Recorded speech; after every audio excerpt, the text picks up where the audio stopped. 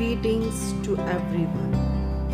In this video, we are going to explain power resources. Energy or power, like electricity, petrol, diesel, or any other form, plays a very important role in our lives.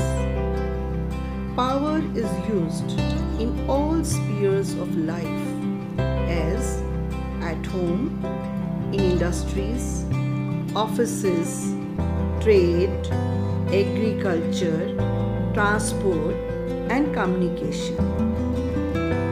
Economic growth of the country is related to the availability of power.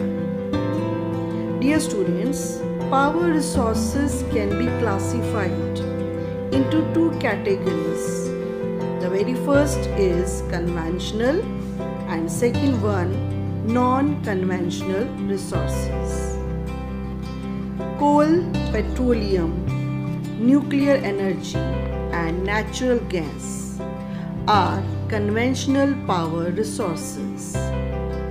They are non-renewable sources of energy. They have been in use since a long time. For example, firewood and coal. They have been in use since a very long time. Most of these energy sources cause pollution when they are used.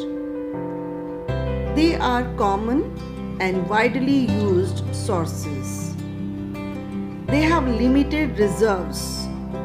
Their sources will get exhausted over a period of time. So, students, we should use them judiciously. On the other hand, solar energy, wind energy are non-conventional sources of energy, and they are also known as renewable source of energy. These sources have recently developed and are still developing. So, for example, the technology of producing electricity from solar panels has recently developed. They do not cause any pollution, so they are environmental friendly.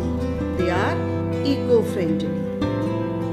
They are comparatively new sources of energy and hence are not widely used.